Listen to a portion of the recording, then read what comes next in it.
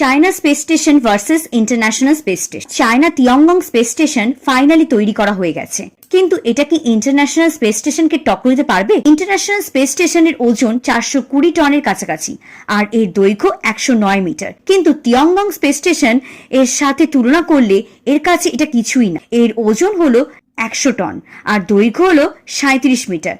তবে সববারের মতন এবারেও সাইজ কোনো ম্যাটার করে না। তিয়াংগং এর সিস্টেম খুবই অ্যাডভান্স, যার কারণে 3 গুণ সাইজ কম হওয়া সত্ত্বেও আইএসএস এর সাথে কম্পেয়ার করলে বোঝা গেছে 70% মহাকাশচারীকে বহন করতে পারে। অর্থাৎ যত বেশি মহাকাশচারী তত বেশি এক্সপেরিমেন্ট করা যাবে আর রিসার্চও সম্ভব। যখন আপনি আইএসএস এর ভেতরটা দেখবেন তখন বুঝবেন এর মেকানিক্যাল দিক থেকে বেশি জটিল, যা আজকের দুনিয়ায় দাঁড়িয়ে 90-এর শতকের টেকনোলজি আজকের মতন নয়।